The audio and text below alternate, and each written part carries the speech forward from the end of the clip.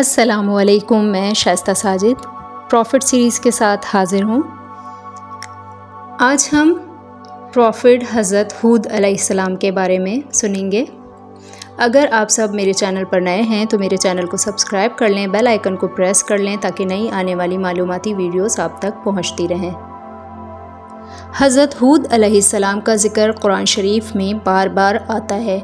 سورہ اعراف، سورہ ہود، سورہ حشر میں اس کی تفصیل موجود ہے۔ حضرت نوح علیہ السلام کی اولاد مدتوں تک دنیا میں بسی اور آہستہ آہستہ پھر خدا تعالیٰ کو بھول گئی۔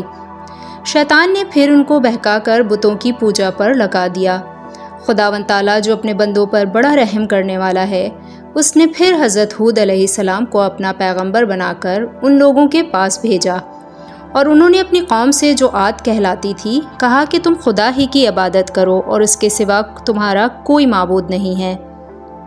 میں تم سے اس واعظ نصیحت کے بدلے کوئی مزدوری یا اجرت نہیں مانگتا، مجھے اس کا بدلہ وہ دے گا جس نے مجھے پیدا کیا ہے۔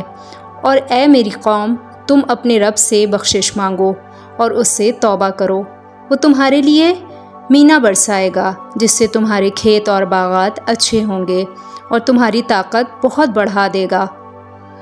وہ بولے کہ اے ہود، ہم تمہارے کہنے سے اپنے بتوں کو نہیں چھوڑ سکتے، تم کوئی نشانی دکھاؤ۔ ہم تو یہ سمجھتے ہیں کہ ہمارے بتوں میں سے کسی نے تم پر آسیب کر دیا ہے اور تم دیوانے ہو گئے ہو۔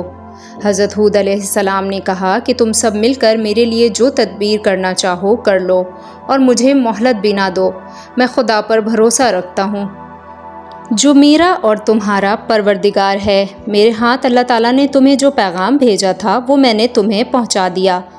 اگر تم میرا کہنا نہ مانو گے تو اللہ پاک تمہاری جگہ اور لوگوں کو بسا دے گا اور تم خداوند تعالیٰ کا کچھ نقصان نہیں کر سکتے۔